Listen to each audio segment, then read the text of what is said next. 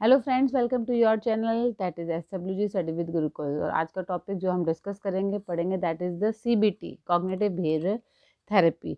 तो जब हम कॉग्निटिव बिहेवियर थेरेपी पढ़ते हैं और समझने की कोशिश करते हैं तो हम किस चीज़ की बात कर रहे होते हैं? We are talking about a psychotherapeutic treatment which is given by the therapist. And इसमें मेन फोकस क्या रहता है? इसमें मेन फोकस ये रहता है कि how people learn to identify और change the destructive and disturbing thoughts. मतलब जो इंसान के डिस्टर्बिंग थॉट पैटर्न्स होते हैं उनको आइडेंटिफाई करना और उनको चेंज करना। क्योंकि उनका नेगेटिव इन्फ्लुएंस बिहेवियर इमोशंस पे देखा जाता है। तो यहाँ पे mainly CBT basically focuses on changing the automatic negative thoughts. Now friends, आपने देखा होगा कुछ लोग आपको बड़े ही पॉजिटिव दिखते हैं कि बहुत पॉजिटिव बातें करते हैं जब आप उनसे बात करते हैं। And there people they always talk, मतलब maximum amount of they will find out something और some other negativity in that particular scenario. तो ऐसे ही जो होता है ना, एंड ये थॉट्स कैसे होते हैं? ऑटोमेटिक होते हैं। ऑटोमेटिक क्यों होते हैं? Because they are developed over a course of a period during the childhood and our experience के एक्यूमुलेशन हैं जो हमने फेस किया होता है, उससे ही ऑटोमेटिक नेगेटिव थॉट्स बनते हैं that contribute to worsen our emotional difficulties. And ये जो नेगेटिव थॉट्स हैं हमारे जो इमोशनल प्रॉब्लम्स होते हैं उनको और ज़्यादा एग्रीवेट कर देते हैं। And they are to some extent are responsible for the depression, anxiety and many other psychological problems. So these spontaneous negative thoughts have a detrimental effect on our mood. Friend, when we have negative thoughts, we are unable to take a proper decision in life.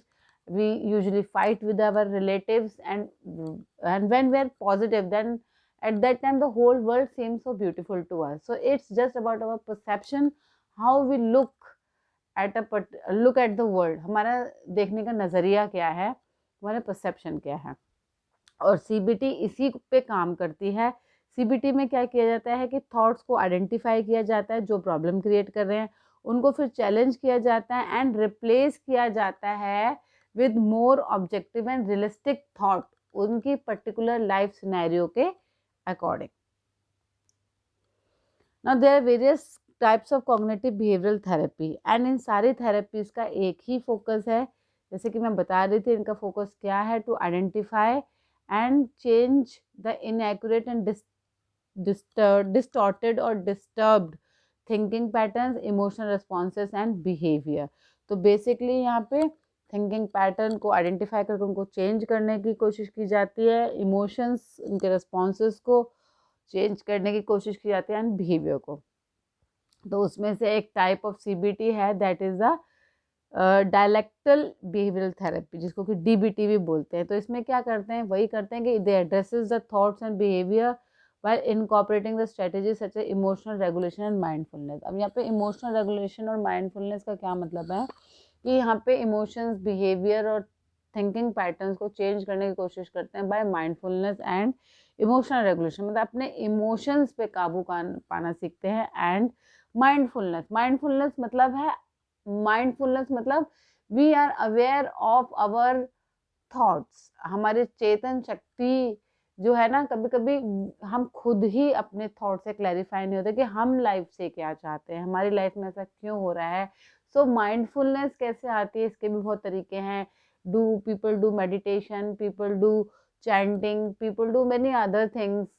they get involved with NGOs which and they spend time with themselves, जिसमें कि उनको उनकी inner consciousness से connection होती है that gives rise to their mindfulness. कि उनकी problem क्या है, दे गेट द इंस्टिंक्ट की उन इनसाइट कि जो उनकी जो थॉट्स हैं जो उनको डिस्टर्ब्ड हैं वो क्यों है, ये क्लैरिटी आती है when by the help of the mindfulness, and that is done into the DBT, that is a dialectal behavioral therapy. Next is the multimodal therapy। जैसे नाम से ही पता चल रहा है, multimodal मतलब different modes are used in this therapy। and यहाँ पे जो है basically in this therapy 7 different interconnected modalities are being addressed, जिसमें कि है बिहेवियर, इंसान का इफेक्ट मतलब emotions, emotions, all types of emotions are being addressed, sensations, इंसान can choose what is there which stimulates them, what is that one can sensitize him, तो ये सब इसमें आता है. Imagery is use. Imagery means उनकी imagination power को explore किया जाता है, उनको इमेजिन किया कराया जाता है कि जो सिनेरियो है अगर ऐसे ना हो कि ऐसा हो तो what will be your behaviour. So it is require experience, it requires a very experienced therapist to work on it. The imagery is being used. Then cognition means use of the rational thoughts. Logics लगाते हैं कि भाई ऐसा होता है, ऐसा नहीं होता है. तो cognition means using the rational and logical thoughts to change the behavior or thinking pattern. And interpersonal factors are used. Interpersonal factors that that enhances the socialization. इससे social aspect का scenario clear होता है to the client. Then if drugs are required and or biological considerations are required, then that are also being considered into the multimodal therapy. तो basically इसमें वो आप इसको कह सकते हो कि साम दंड भेद सब यूज़ किया जाता है ताकि एक प्रॉपर CBT दी जा सके. The last one is the REBT. REBT means rational emotive behaviour therapy, जिसमें कि मेन फोकस रहता है कि इरेशनल बिलीव्स को आइडेंटिफाई किया जाए और उन बिलीव्स को चैलेंज किया जाए and finally the patient learn to recognise और to change his thought patterns. मतलब इरेशनल बिलीफ जैसे कि आप एक अपने फ्रेंड है उससे जब भी मिलते हो तो आपको कुछ ऐसी खबर आ जाती है like you got fail in exam और you some of your relative got accident, तो आपका एक बिलीफ बन जाता है कि नहीं इस फ्रेंड से जब मेरे को मिलता हूँ या मिलती हूँ तो मेरे साथ गलत हो जाता है. तो ऐसा कुछ नहीं, this is irrational belief. So such irrational beliefs are addressed and then they are challenged. उन बिलीव्स को चैलेंज किया जाता है with the logics and reasons, and thereafter the client learns to recognize these in his or her life.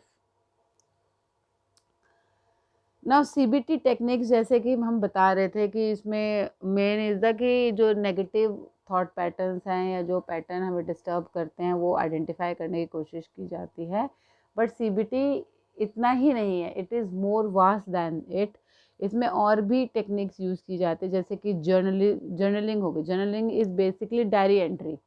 जब आप एक client से deal कर रहे होते हैं तो आप उसको बोलते हो कि आप डेली डायरी एंट्री लिखो कि क्या नेगेटिव थॉट्स आते हैं, क्या फील करते हो, क्या बिहेवियर आते हैं. Then they are engage in being role playing. Relaxation techniques are being taught to them and how they can distract their mind when they have the negative thoughts. These all techniques are also used along with the other techniques. Now what are the steps in CBT? कोई भी technique आप use करो but उसमें steps होंगे. First identification of problem होगा, फिर आप goal set करेंगे, प्रैक्टिस करेंगे न्यू स्किल्स को, प्रॉब्लम सॉल्विंग स्किल्स यूज़ करेंगे एंड सेल्फ मॉनिटरिंग करेंगे. कैसे करेंगे? जैसे कि first of all identification of the issue is very important. जैसे मैंने बताया इट इज़ वेरी इंपॉर्टेंट कि कैसे थॉट, फीलिंग और सिचुएशन जो है एक मालएडेप्टिव बिहेवियर कॉज कर रहा है, सबसे पहले ये समझना ज़रूरी है. एंड ये करते करते लोगों को बहुत स्ट्रगल भी करना पड़ता है because introspection is not so easy because one has to go into the self discovery insights. इसमें ऐसा होता है कि अपने अंदर खामियां निकालना, अपने फ्लॉस को चेक करना, क्या प्रॉब्लम है हमारे थॉट प्रोसेस के साथ. तो इसमें ये किया जाता है and it is bit struggling क्योंकि अपने साथ अपने को अपने अंदर फ्लॉ निकाल लेना या अपनी गलतियों को मान लेना, it requires cumbersome efforts. So it becomes bit struggle, but yes, with the self discovery and insight से ये जो प्रोसेस है आइडेंटिफाई हम प्रॉब्लम कर पाते हैं. Next is a goal setting. Now बिना गोल सेट किए हम कोई भी कार्य पूरा नहीं कर सकते हैं एंड गोल सेटिंग एक बहुत इंपॉर्टेंट स्टेप है इन recovery of the mental illness. क्योंकि जब भी CBT कोई थेरेपिस्ट करेगा आइडेंटिफाई कर लिया प्रॉब्लम, बट वो क्या चाहता है, कैसे गोल्स होने चाहिए, शॉर्ट टर्म, इसमें short term goal, long term goal सब होते हैं एंड गोल्स इस तरीके से सेट होने चाहिए कि they should be smart. Smart का क्या मतलब है? स्मार्ट में मतलब they should be specific. Specific का मतलब है कोई आएगा और बोलेगा कि आप क्या चेंज करना है, अरे मैं अपनी पूरी दुनिया ही चेंज करना चाहता हूँ। अब इट इज़ नॉट स्पेसिफिक, ये तो बहुत इनवैलिड सा, इररेलेवेंट सा लग रहा है, कोई स्पेसिफिक नहीं है ना। आप स्पेसिफिक ये हो कि मैं पंक्चुअल होना चाहता हूँ, तो that is specific. And it should B measurable, आप मेजर कर सको। मेजर कैसे करोगे? अगर आपने सोचा है कि आप रोज डेली 5 बजे उठना चाहते हो और आप डेली 5 बजे उठ रहे हो, तो दैट इज मेजरेबल है ना। It should B attainable. Attainable मतलब रियलिस्टिक होना चाहिए। ऐसा नहीं है कि रात को आप 12-1 बजे तक सोते हो और सुबह 5 बजे उठ जाओगे, तो ऐसा नहीं हो पाएगा। रियलिस्टिक में उसके लिए आपको 8-9 बजे सोना पड़ेगा अगर आपको सुबह 5 बजे उठना है। It should B relevant, relevant with the problem. Problem जो इसके साथ उसका जुड़ाव होना चाहिए, उसकी कनेक्टिविटी होनी चाहिए। Next is time based. Time based होना चाहिए। ऐसा नहीं है कि आप करो कि हाँ मैं पंचुअल हो जाऊंगा, कितने साल में? भाई 6 साल में। भाई 6 साल बाद पंचुअलिटी का क्या करोगे? चाहिए तो अभी। So it should be time based goal कि विद इन 21 डेज या विद इन 1 मंथ और मैक्सिमम 40 डेज आप ऐसे गोल सेट करते हो, you know, the time short term या लॉन्ग टर्म जैसे भी है। And this is how the goal setting is done in the CBT। Next is the practising the new skills.